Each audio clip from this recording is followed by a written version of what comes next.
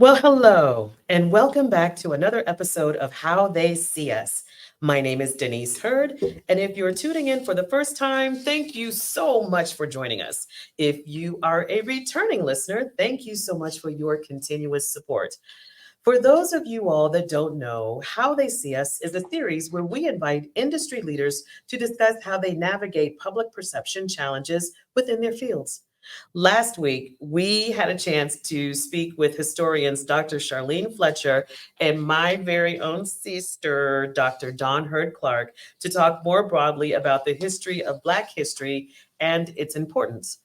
As we move through Black History Month, we wanted to keep the theme going and continue our conversations on the importance and knowing and understanding of Black history. So this week, though we wanted to connect with our community and discuss Black history, we wanted to make sure we focused on Indiana, our home state, to talk about what we're doing and also ensure that the stories about Indiana, Blacks who have impacted history, our state's history, are not lost. So, joining us today, I have two members, one a longtime friend that I've known for a while, and also a new friend that we made today. So, I've got Eunice Trotter and also Mark Dollase. And so, before we get started, I would really like for you both to introduce yourselves and tell a little bit about the work that you do with Indiana Landmarks. So, Eunice, I'm going to start with you. Oh, okay. Thank you. Thank Thank you. you for allowing me to be here with you today as well.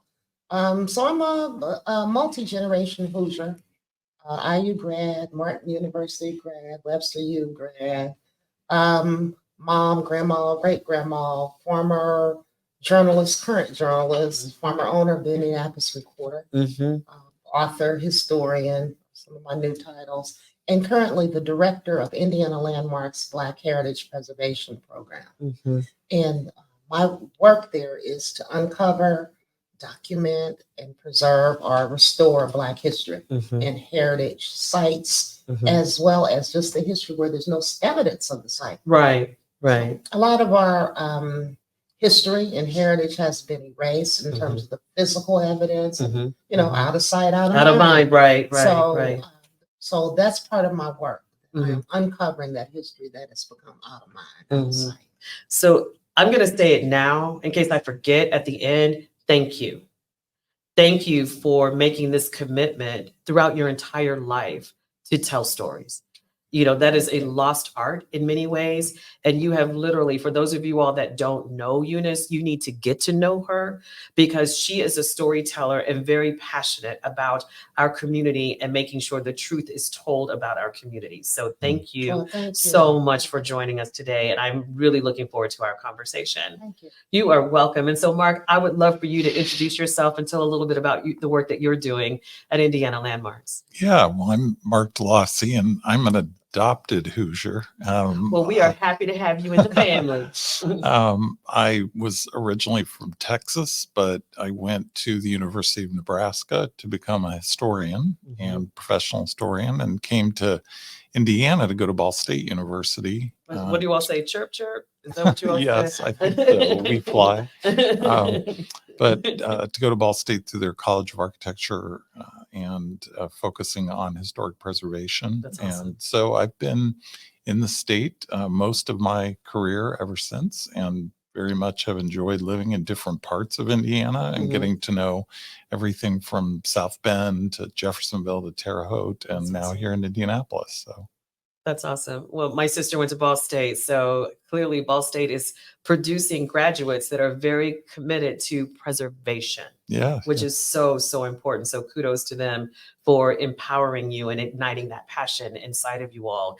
So one of the first questions that I have, because a lot of people may not know what Indiana Landmarks is. You know, I think they'll probably make an assumption about what it is you do. They put the two words together.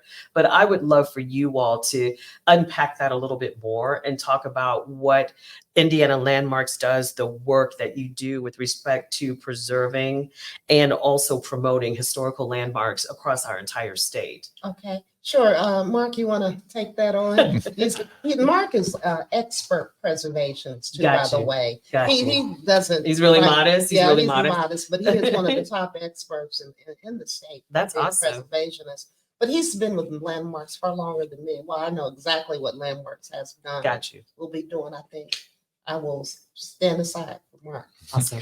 Well, yeah, Indiana Landmarks is the statewide historic preservation organization, and we have 8 other offices around the state in addition to the state headquarters here in Indianapolis. So we have great outreach to local communities, getting to know who those leaders are, what places that they feel are special and unique and should be preserved, and have those stories shared with the Hoosier public. And so we stay, very busy and engaged in that kind of work. But Indiana Landmarks was founded in 1960 by a group of civic leaders here in Indianapolis. Amongst them was Eli Lilly, was one of the leaders of that group. And we were fortunate not only to have his leadership and interest in heritage in the state, but then the other people that he brought with him, in that process of working to start this organization. And so we are a membership organization. And so we have about 6,000 or so members that support us, mostly here in the state. And we provide everything from education to technical assistance to advocacy, where we're giving voice to buildings that otherwise obviously can't speak for themselves. So working to save, preserve, and interpret Indiana's history is an important part of what we do. Well, thank you. Thank you so much for the work that you all do to preserve our history, because it's so very important. And thank you to those visionary leaders back in the 1960s that recognized the importance of creating such an institution, and for the employees that have come through over the decades to ensure that the flame was never extinguished. So kudos to you all for the work that you do. So in doing our research, we actually noticed that the Black Heritage Preservation Program was created in the 1900s, around 1992. Well, not the program. Not the program, but the committee. Yes, the committee. The committee. The So committee. the right. committee was created like in the 1900s. So, Right. way back in the olden days. You're putting some age on it. Right. When dinosaurs roamed the earth. But can you tell me why it was decided that the committee would become a full-blown program for the organization? Well, I think it was Marsh Davis's vision to give this program some resources and some sustainability. Got you. Because Okay. before it was a volunteer program, and there were periodic grants that were given for this program, the volunteer program, to do some work through consultants and others. But the desire was to make this a part of Indiana Landmarks, like we were mentioning earlier, that Black history is part of American history. Right. Well, right. Black history is a part of Indiana history as well. So, Really? yeah. Is it? Oh, yeah. Thank you. Like, okay, let me remind you. I'm just making sure everybody understands that Black history is a part of the fiber of our state. Yeah. Okay, let's just keep it 100. Thank you for saying that. I don't know if some people really realize there's a lot of stuff 'cause we could really go down a path with that narrative. Okay, we really could. There are people who feel like it is separate. Right. And it has been really a challenge to assimilate this history throughout the state in all kind of ways. Right. But Marsh took this program idea for a full-time program to the endowment and to the National Trust. So endowment provided $5 million funding in 2021 for the program to launch in 2022. And then also the National Trust, another $50 grand. Charlita and Robin, thank you. They're gonna be mad at me. Charlita and Robin Winston kicked in some additional funding, 25 grand, I think it was for them. That's wonderful. So that was wonderful. So it allowed us to then have some operating capital by Mhm. peeling off a percentage of the money that will become an endowment, 4 million of it. Oh, that's So we have wonderful. $1 million over 5 years That's to do wonderful. 200,000 a year in grants. So basically what has happened is that this effort is now, it's sustainable. Mhm. It will live in perpetuity at this point. That's So it's exactly not a right. one and done anymore. Yes. It's not a start, stop. We're going to keep uncovering and Yes. keep capturing Yes. these and keep documenting Yes. these stories. Yes. And can I just add real Please. quickly? I think that the real difference maker is Eunice herself.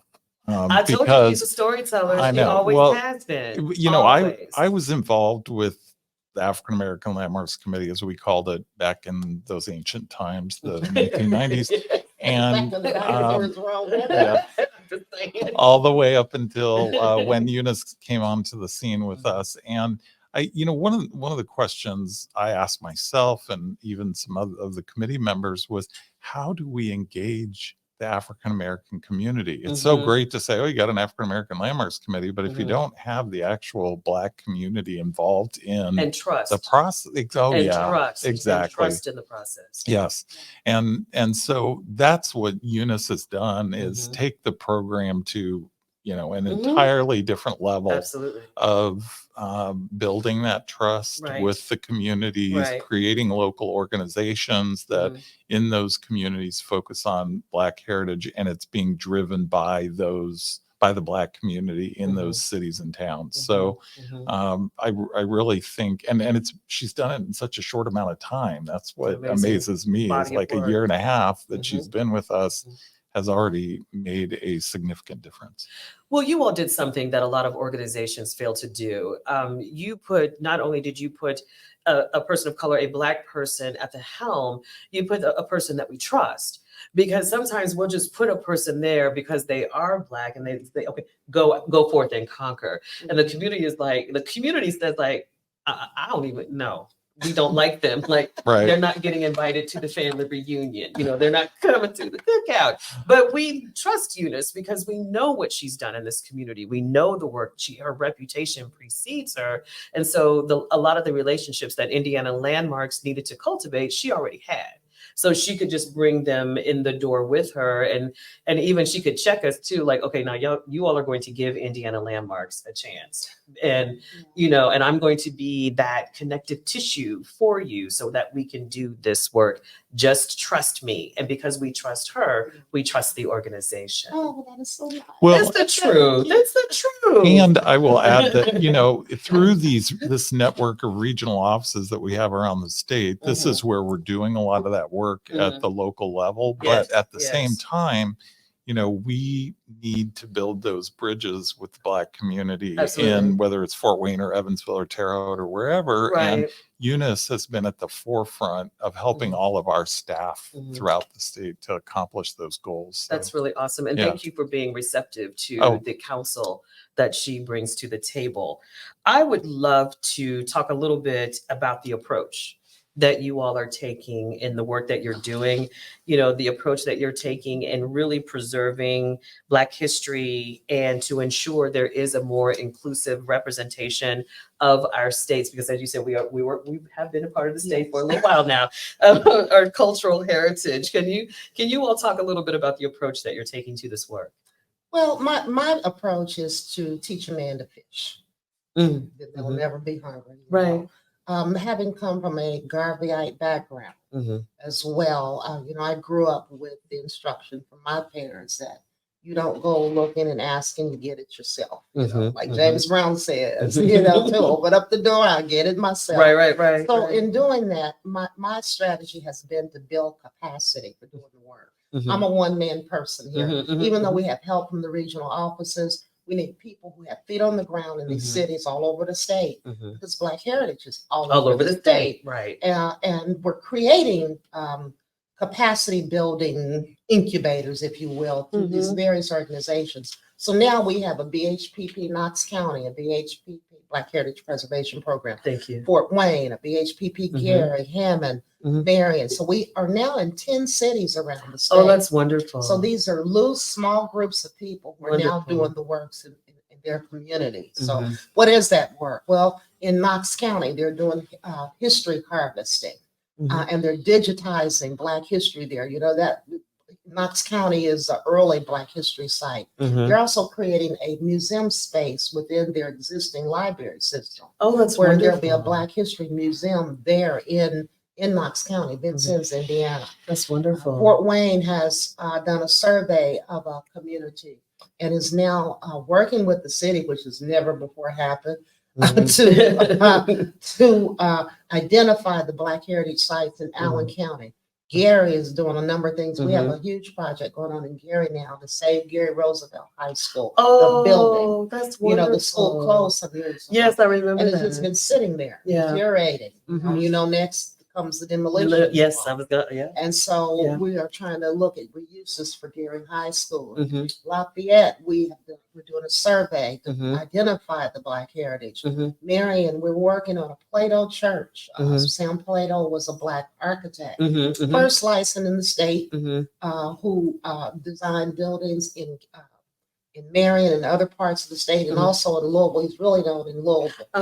I've heard his story. And so he has a building there, church that was built for the Quakers, and we're restoring that. It's owned by a little small Black congregation. They're about to say goodbye to that building because it was up for demolition. Right. So we're working with them. That's wonderful. And you know, and I could just keep going on and on and on. Yeah. But that's just, you just gave us just a quick snapshot into the projects and the stories and the historical landmarks that you have uncovered. Think about all that are out there that we don't even know of right now. Well, and see, an important part of this work is to teach individuals how to do the work. It's a career. You know, to be able to write a National Register nomination is to earn $5,000-$6,000 for that individual, that one application. Right. So we are teaching people how to do the work. Right. We're teaching historians how to do the research, Black and white historians. And by the way, one of the things that I say all over the state is most of our heritage and history has been and is being researched by white people. Yeah. And so why? Right. Because there's a different framing that goes on in that kind of background for that person. So, but in the meantime, you know, I'm happy that they've done it, because if they hadn't, we wouldn't have half what we've had. Absolutely. Which is why the work of our former guests, Dr. Fletcher and Dr. Dawn Hurd Clark, is so important, because you have two Black historians who are really doing that work, you know, in those, with their noses in the books and having the conversations and uncovering things. So, you know, kudos to them. I want to shift the conversation in another direction for a moment, because we kind of talked about your approach, and we've talked about some projects that are occurring throughout the state. But, you know, Indiana wasn't always a state that welcomed Black people. I mean, like, we can go back and look at the history and see the laws that were in effect that basically told people that look like you and I, you're not welcome. And so why do you, or let me ask you, what challenges do you encounter right now? Like, have you gone into any communities, or are there any individuals? I don't want you to call out anyone's name or anything like that, but I really loved for you to talk about the challenges that still exist within our state in telling these stories and capturing this history. Well, there are challenges in telling these stories. In Greenfield, for example, there has been an effort there by that community, and these are white folks doing this work, to get a marker remembering a lynching that occurred there. Well, the city doesn't want it. They don't want that. Well, no, we were able to accomplish that here in Indianapolis with the Trotter marker downtown on Washington and Illinois in the corner. There's that marker that was put up earlier in the summer, and it's in a prominent place, and we got zero resistance to that going up. But there in that city, no. So that kind of resistance still exists, because we want to forget that uncomfortable history. I think that brings up a really good point about who's telling the story. And, you know, if white people, I mean, well-intentioned, right? Wanting to doing it for the right reasons. But if they're the ones that are out front, I think when we have a program like this, there definitely needs to be that kind of engagement, because Eunice and I kind of joke, there's a community, I won't particularly say which one, but as she said, the white folks there are fighting over how to save Black history. It's true. 'Cause you And know why? but It's there's about nobody money. Black involved. Oh, okay, It's- okay, got you. See, it's Okay, about, okay. Black, I'm like, what? Yeah, it's a fact. There's Okay. 3 organizations Okay. fighting each other over who's going to be telling the Black history stories because it's about money. Money. Because Okay. there's money now in their hills, Right, as right. it relates to Black history and heritage. Because it's the commodity now. We're a commodity in a different Well, way. not if you we, will. but the history. The history is a commodity. if Yeah, you the will. history, because it attracts tourism dollars. You know, for example, the National Underground Railroad Oh, yes. dollars, yes. which is a federal program Right. that has grant funding. Okay. And that money can come in to do whatever Right. to help that community Got attract you. tourism. So it's about money. Got you. And there's restoration dollars in there. Right. Right. We had right. one. You want to tell the story about the one applicant who applied for a grant, saying that their house was an underground railroad house, and then the house was built after the Civil War. I want everybody to. I want the math ain't mathing on that one. And you say, is that what you're trying to say? You was like, the math's not mathing. Well, then we had a check. Right. They would have got that money. Yeah, and I'm sure something.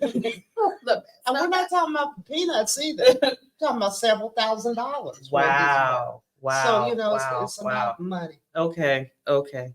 That makes it's interesting. I'm gonna the money part is wild, but also the fact that I'm going back to your example of the is Greenfield Greenfield the marker The marker there. that marker there. Mhm. We don't want that here, Mhm. and everybody wants to kind of turn away because there is a community there's a city in our state who had a historical lynching that ended up on an album cover by a famous rapper. Mhm. And so that image is utilized quite a bit. And I remember doing some work recently with an organization, a museum that was creating an exhibit that was rooted in African American history. And there was an Indiana component that needed to highlight some of the racial issues that have plagued our state. And they wanted to use that photograph. And I literally read a message from one of my communication colleagues from that community saying, we're not that anymore. We would prefer you not use that image. That is not an example of our city, but it is an example Well, of your city because it's part of your history. Mhm. So we should be telling that story, but it was almost like just reading the email chain was really interesting that they just wanted to be so far removed. But I'm like, honey, once your image ended up on an album cover, the rest it's a wrap. Yeah, it's a wrap. Yeah. This is like with the Marion lynching. That image where the 2 men are hanging from the tree. How did you? That's what I'm talking about. Well, you notice if you go Google that lynching, the picture has been cropped down to exactly exclude the actual bodies. Exactly. There's an effort to to compress that Yes. image. Yes. So that's kind of It's hard to find that tree hanging partial of the picture now. You just need an album cover. You Yes. can get it full display. Well, and that's the Marion example is another one where they wouldn't allow, the county commissioners wouldn't allow a state historical marker on the county courthouse square where it all occurred, where the occurred. whole town converged. Right. So, We don't want to be known for that. right. Yeah, that's how this They have a was. Black mayor now too. By the way. Some Young public- man. I know he just got elected. Yeah, yes. just got elected. Kudos to Marion, Yeah, changing the tide. yeah. Changing the tide. We're no longer in the 1900s. We're Yeah. coming forward. We're coming forward. So let me ask you something. So I know we are talking about Black history and the work that you all are doing to preserve Black history, but I would love to just take a moment to talk about how you're preserving Indiana history, because as we said, Black history is Indiana history. So what other things is Indiana Landmarks doing to preserve history throughout our state? You want to take that, sir? Because I have a whole can. list of things I can talk about here. Well, it's interesting because I think there's a lot of carryover in how the BHPP has started to be constructed and what we do really statewide. That's So, wonderful. for example, doing a survey of the sites that Mhm. are worthy of preservation is Mhm. something that Landmarks already took on Mhm. decades ago and is complete and occasionally being updated. So when Eunice says she's working in Lafayette or other commute Fort Wayne, I think you said, to do survey work. Madison. That's, That's wonderful. let's know what's out there, because we can't start to work to preserve it until we know where it is and what are important sites. Another way that's so important are through grants. And I think, as a matter of fact, we just put out a press release. I think we gave out nearly $500,000 in grants in 2023, of which the Black Heritage Preservation Program was a part of that. So $230,000. And that's not just chump change. That's nearly $250,000. yeah, and doing that year after year That's after year. wonderful. So Wonderful. I'm also very fortunate to work with a program on behalf of the Central Indiana Community Foundation. That is a grant program that was set up by a man named Stan Cox, who was the first Black chemist at Eli Lilly. Yes. And he left behind a significant fund that is to be used for Black heritage preservation in Indiana.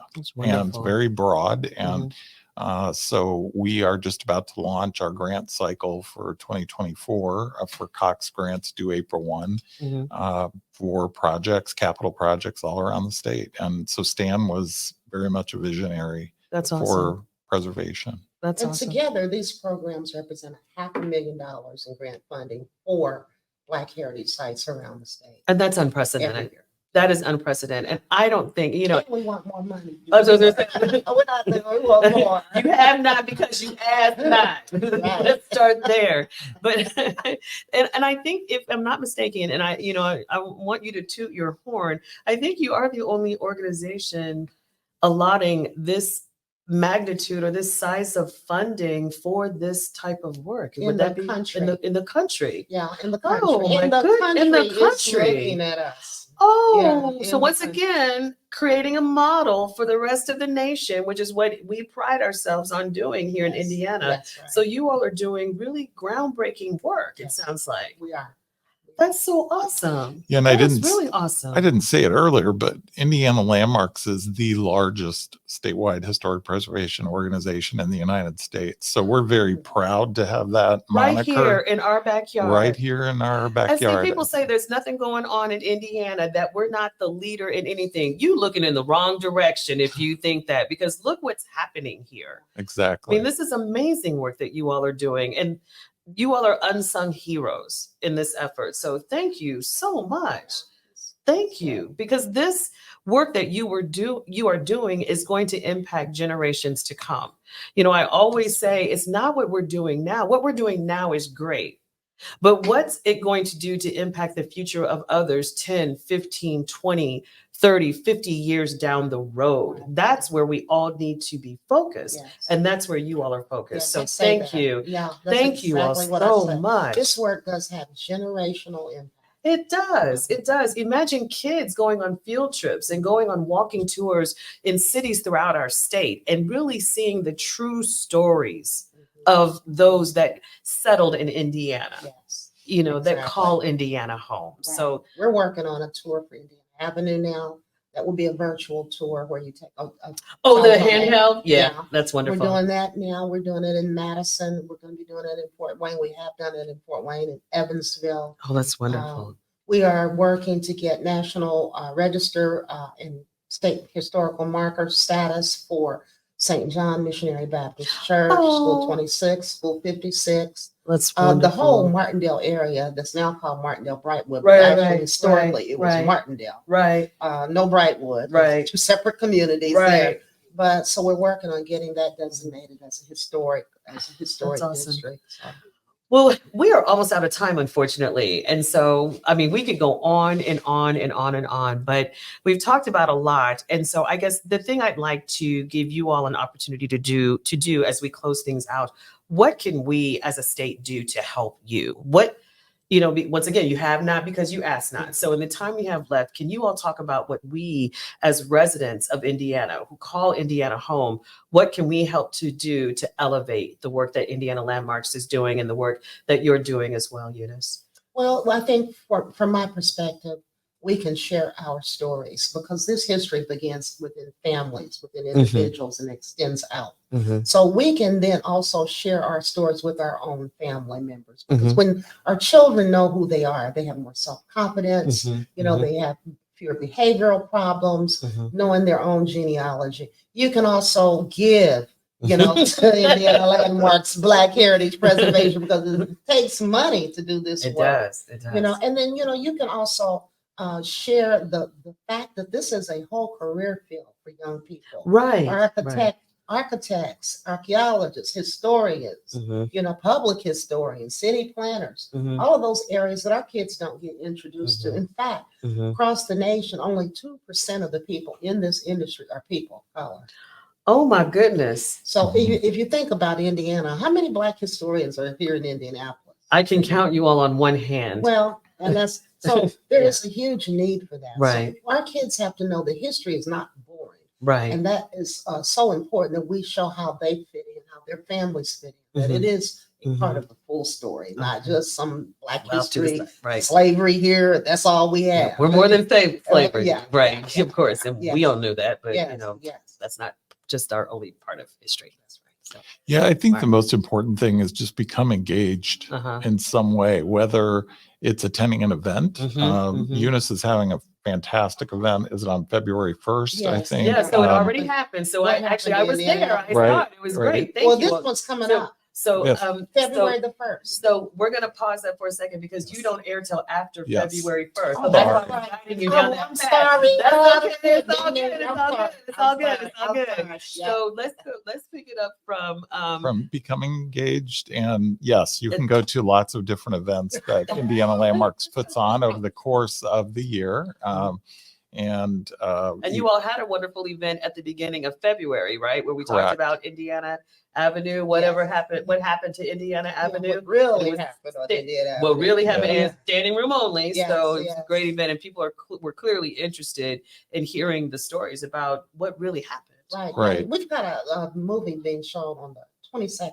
Okay. It's the West Baden documentary. It talks about how this Black church, it's a documentary. It was produced by these 3 Black women there. Really good. So that's coming up on the 22nd. Okay. Juneteenth celebration. Oh, definitely. We're having a big party Juneteenth, because Oh, we're coming. We like a party. We're coming. We're going to be focused on gospel and blues. Okay. And we're going to introduce more of the Southern soul to Indianapolis. That's we don't do Southern soul too much here, but we it is also very popular though in the South. I would just add, we have a robust volunteer program. So if somebody would like to become engaged as a volunteer, maybe they don't have time to get heavily involved, but if they can staff an event, or they can get in for free. So it's a great opportunity. Well, what we're going to do, our commitment to you all, is that if you all give us information about the activities going on, the work that you're doing, we will share it on our social media platforms through Herd Strategies. We will be more than happy to be a messenger for you and help carry this with through our social media platforms. That's great. So yeah, I know absolutely. you have a big following. We got a little following. We got a few people following. That is great. Just a few. So yeah, we are more than happy to do that. So please don't hesitate to send us information. And you have a friend with Herd Strategies forever and ever and ever and ever. So thank you, Eunice. Thank you, Mark. Thank you so much for joining us this afternoon. This was a great conversation. And I've always been so curious about what you all do in that building. So it's really nice to have people from the inside to talk to, because I've been in the building time and time again, many times at different events, and thought it's an amazing structure.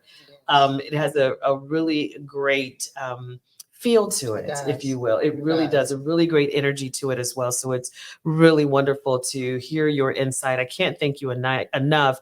And to those of you all listening, thank you so much for tuning into this episode of How They See Us. I also have to give a special thanks to Kiara Santolin and Malik Harris. They're our director and producer. They tell me what to do. They book all the guests. You get what I'm saying. I have to do what they say, because I'll get myself in trouble.